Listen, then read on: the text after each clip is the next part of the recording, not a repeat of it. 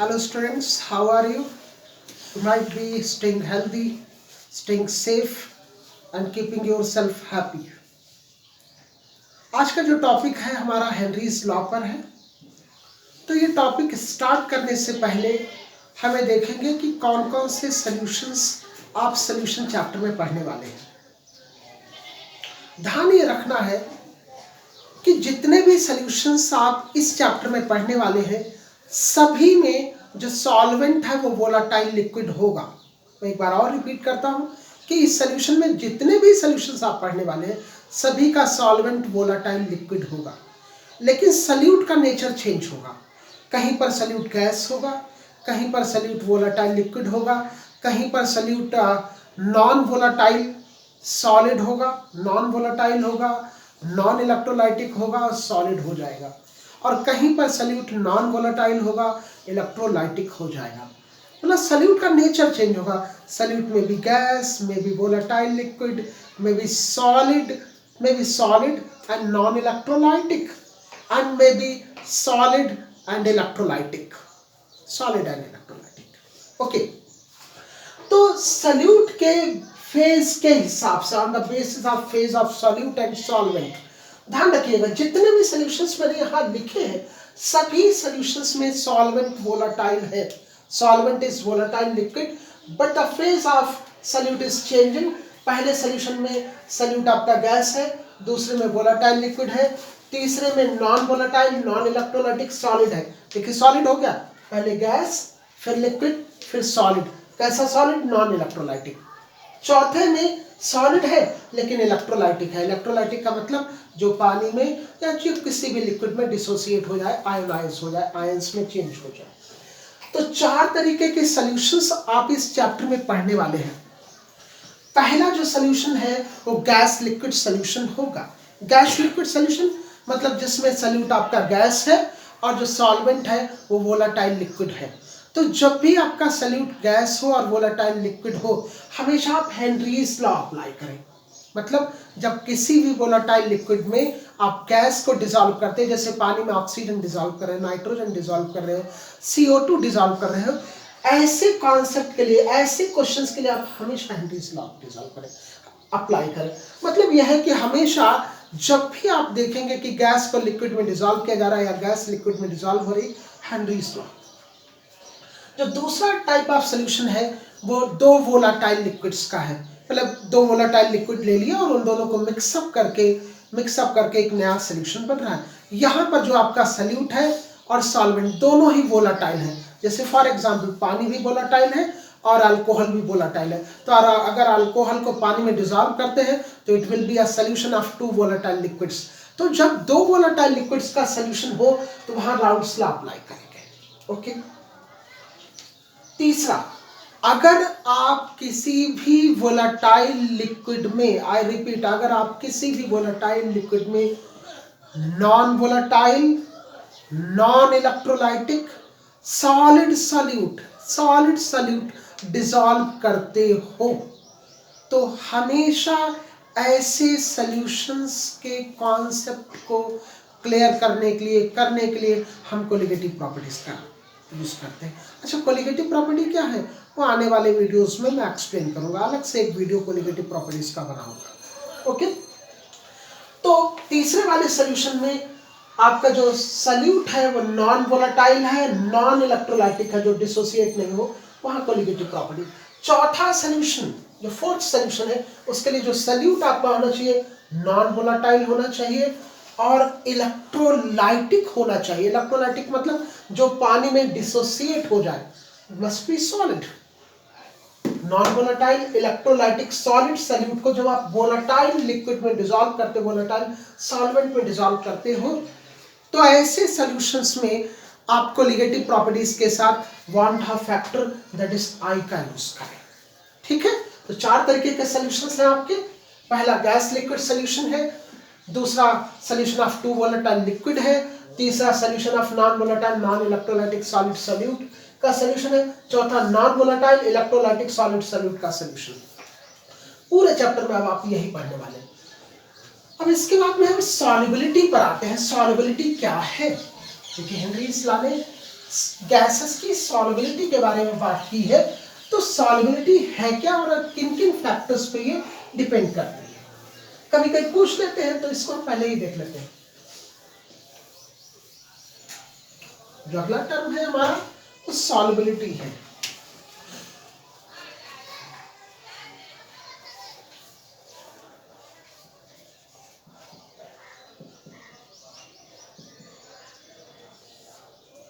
Solubility का मतलब क्या?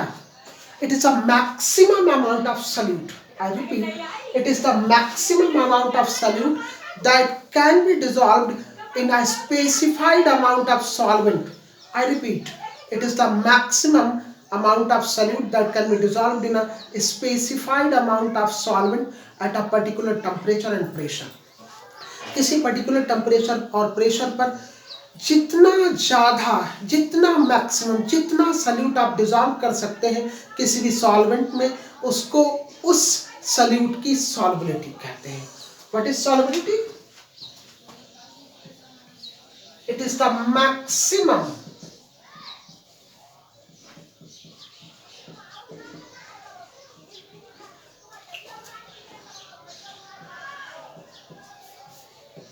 amount of solute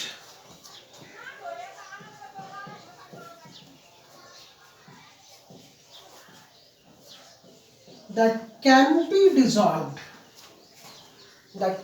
dissolved, in specified, कुछ स्पेसिफिक होगा, 100 ग्राम स्पेसिफाइड अमाउंट, जनरली हम 100 ग्राम ले लेते हैं, amount of solvent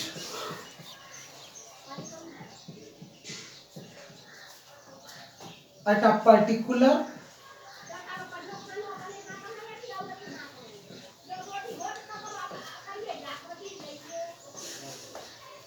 temperature and pressure।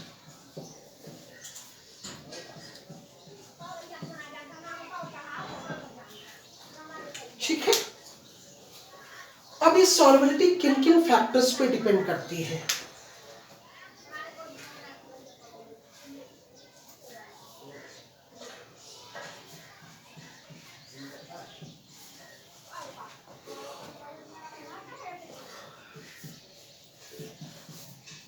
Factors on which solubility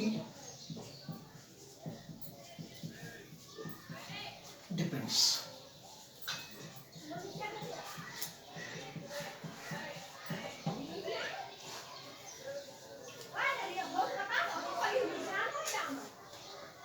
कोई बात नहीं, आवाजें आ रही है बच्चों नीचे, मैं रिमोट एरिया में, विलेज में हूँ, तो यहाँ सुबह सुबह लड़ाई झगड़ा ये सब शुरू रहता है, क्या करें। We cannot avoid those noise, ऐसी आवाजों को हम अवॉइड भी नहीं कर सकते। नेचर ऑफ सल्यूट, सल्यूट कैसा है, इसका नेचर क्या है?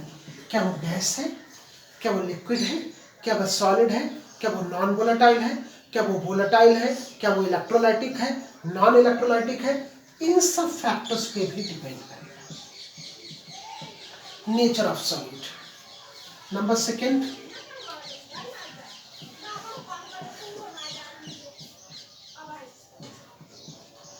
सॉल्वेंट कैसा है, क्या हमारा सॉल्वेंट वोलेटाइल लिक्विड है, नॉन वोलेटाइल लिक्विड है, कैसा सॉल्वेंट है, उसके नेचर पर भी।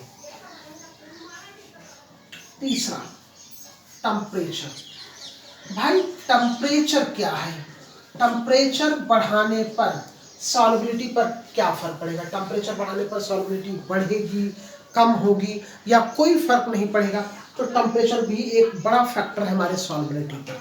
बहुत सारे ऐसे सॉल्यूशंस होते हैं जिनकी सॉल्युबिलिटी टेम्परेचर बढ़ाने पर बढ़ती है, और बहुत सारे ऐसे सॉल्यूशंस हैं जिनकी सॉल्युबिलिटी टेम्परेचर बढ़ाने पर घटती है। टेम्परेचर भी एक बहुत बड़ा फैक्टर। नंबर 4 इज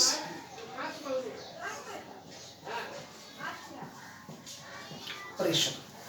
तो 4 फैक्टर्स है जिन पर सॉल्युबिलिटी जनरली डिपेंड करती है, nature of solute, nature of solvent, temperature and pressure. अब हम डायरेक्टली हेनरीज लॉ पर आ जाते हैं। हेनरीज लॉ क्या है?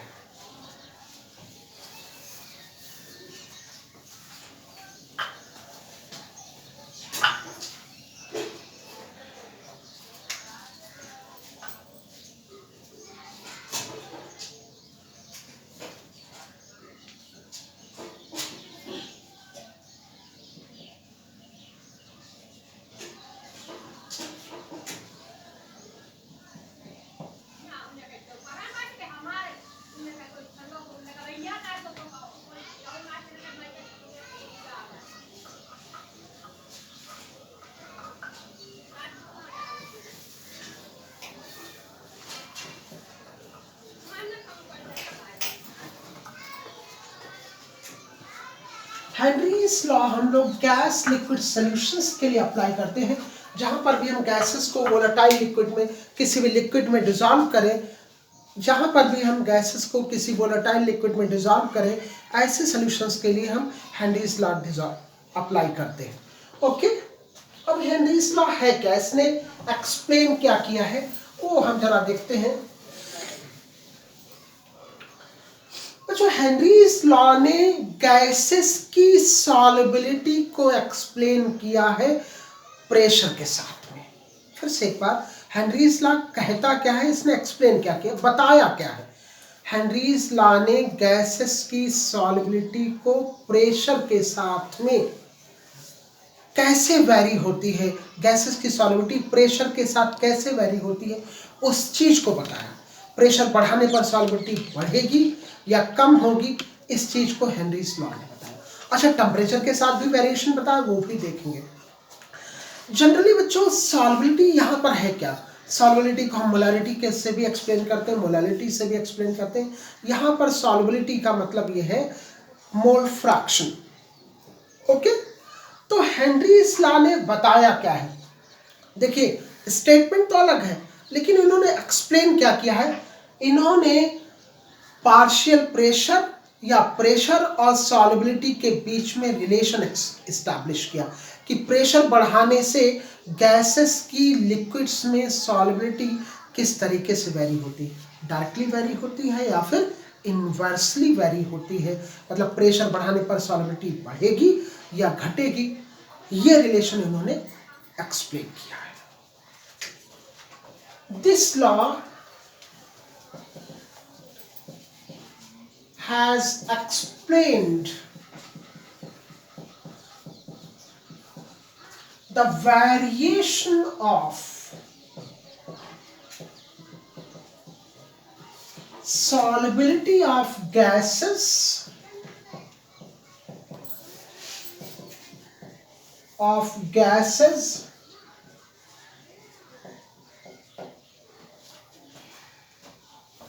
in liquids with pressure।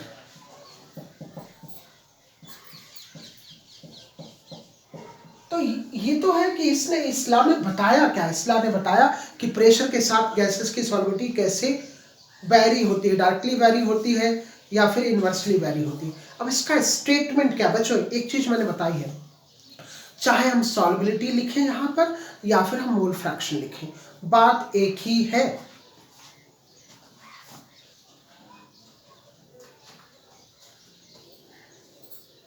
That is, कहने का मतलब क्या, that is whether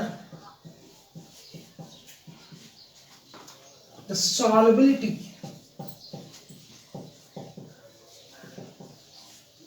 varies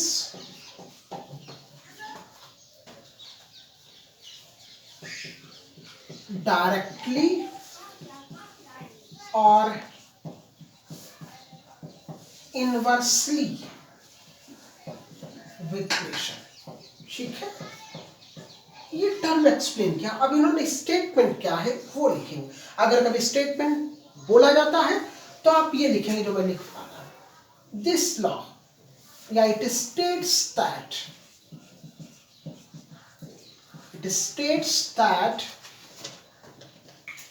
the solubility,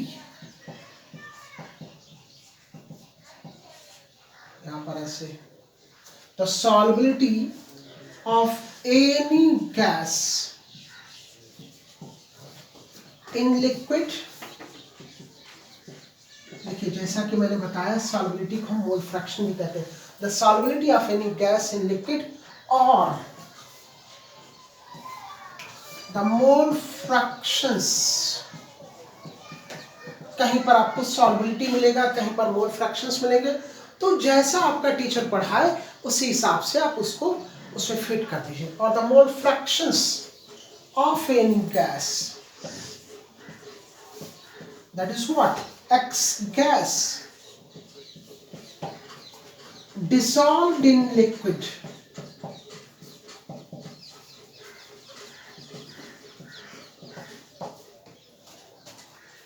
is directly proportional, directly proportional to the partial pressure of the gas, directly proportional to the partial pressure of the gas exerted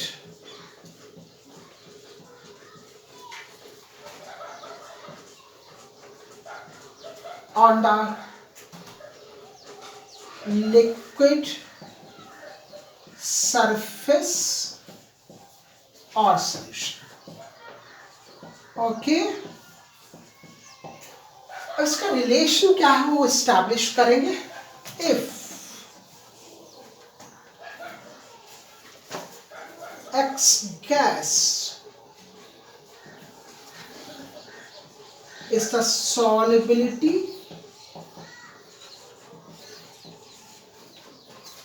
or the mole fractions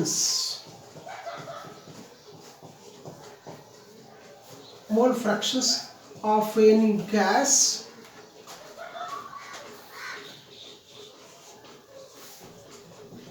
in liquid, and P is the partial pressure of the gas on liquid surface,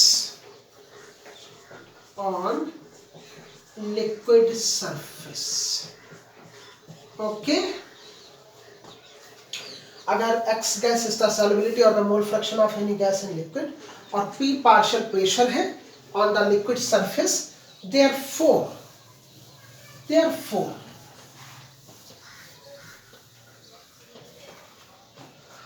P is directly proportional to X gas. आप ऐसे लिख लें.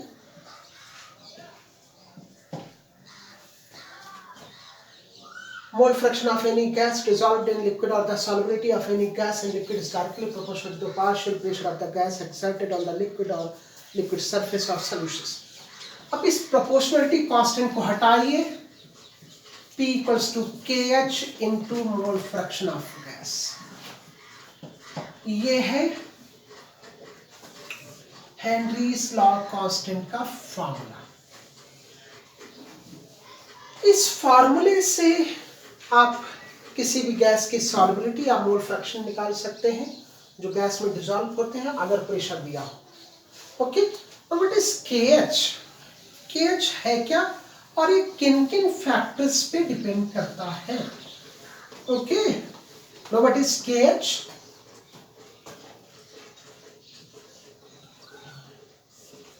Henry's law constant. KH Henry's law constant एक proportionality constant है जिसको हम Henry's law constant कहते हैं, which depends, ये 1 मार्क क्वेश्चन है, which depends upon the nature of gas. Gas कैसी है? इजिली लिक्विफिएबल है, नॉन लिक्विफिएबल गैस है, क्या वो टेम्परेरी गैस है या फिर परमानेंट गैस है, इस नेचर पर. Nature of gas and temperature. मतलब ये हो गया हेनरीज कांस्टेंट 2 फैक्टर्स पर डिपेंड करता है. एक फैक्टर है नेचर ऑफ गैस और दूसरा फैक्टर है टेम्परेचर. ओके, अगर इजिली लिक्विफिएबल गैसेस हैं तो उनका KH भी ज्यादा होगा. ठीक है, वो डिपेंड करता है, हम देखेंगे. नॉन लिक्विफिएबल गैसेस हैं तो KH डिफरेंट होगा.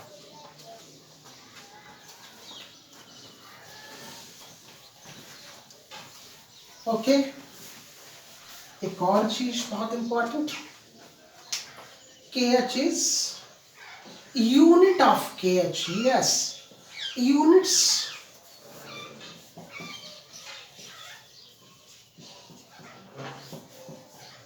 KH की यूनिट क्या है?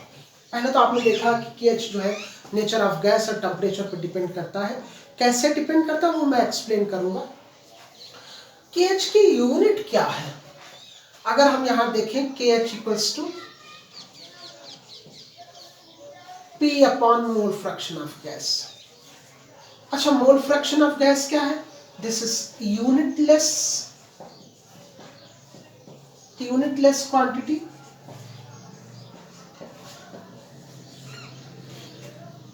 मतलब KH की यूनिट प्रेशर की यूनिट पे डिपेंड करेंगे।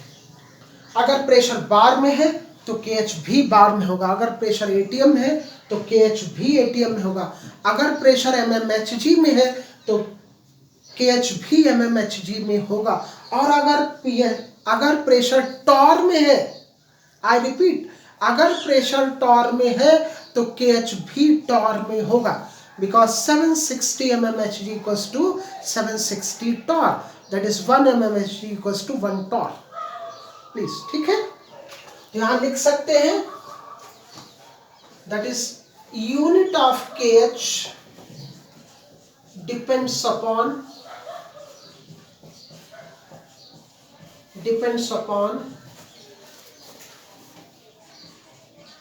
the unit of pressure।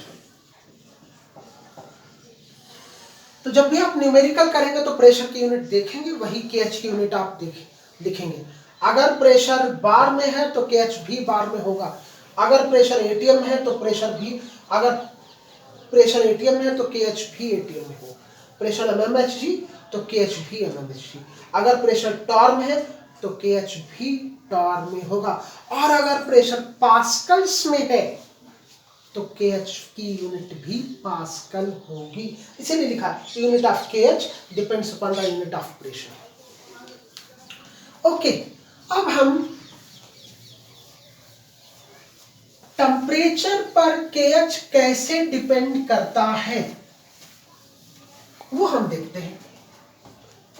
Dependence of KH, क्योंकि इसमें से भी 1 मार्क क्वेश्चन पूछा जाता है और ये नीट के लिए बहुत इंपॉर्टेंट है। डिपेंडेंस ऑफ KH, जो नीट के बच्चे हैं उसमें बहुत सारे क्वेश्चन से पूछे जाते हैं ऑन टेम्परेचर, वो थोड़ा ध्यान से देखिए। On temperature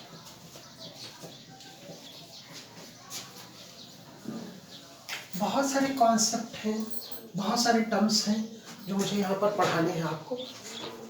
Therefore, KH is directly proportional to temperature। मतलब ये है कि अगर टेम्परेचर बढ़ेगा तो KH भी बढ़ेगा, अगर टेम्परेचर कम होगा तो KH भी कम होगा।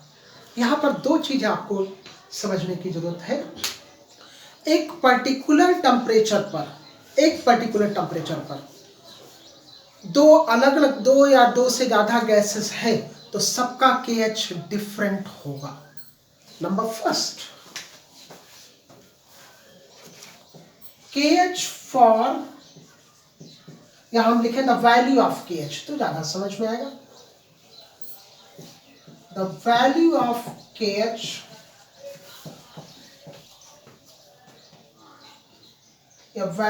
is different for different gases।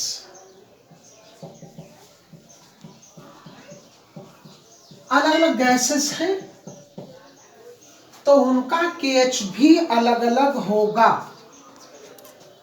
Eight same temperature same है, प्लीज ध्यान दीजिएगा, लेकिन उनका वैल्यूज डिफरेंट होगी। दूसरा,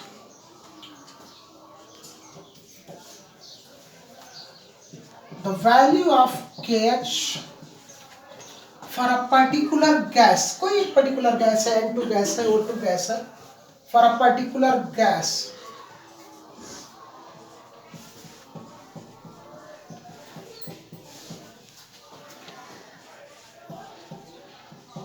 is different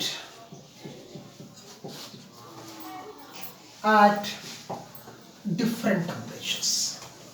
अगर टेम्परेचर डिफरेंट है, जैसे ऑक्सीजन गैस है, इसका KH 273 केल्विन पर कुछ और होगा, 300 केल्विन पर कुछ और होगा, 350 केल्विन पर कुछ और होगा। Gas same oxygen gas 500 kelvin पर इसका KH कुछ और होगा एट डिफरेंट टेम्परेचर्स। किसी भी गैस का KH टेम्परेचर पर डिपेंड करता है। अगर टेम्परेचर आप बढ़ाएंगे तो उसका KH बढ़ेगा, टेम्परेचर कम करेंगे तो KH भी कम होगा। बच्चों, हेनरीज लॉ पर अभी ये पूरा वीडियो कंप्लीट नहीं हुआ, लेकिन टाइम के कांस्टेंट के कारण या रिस्ट्रेंट के कारण, रिस्ट्रिक्शंस के कारण हम ये वीडियो यहीं पर रोक रहे हैं। दूसरा वीडियो अलग से शूट करेंगे। Keep healthy and be happy.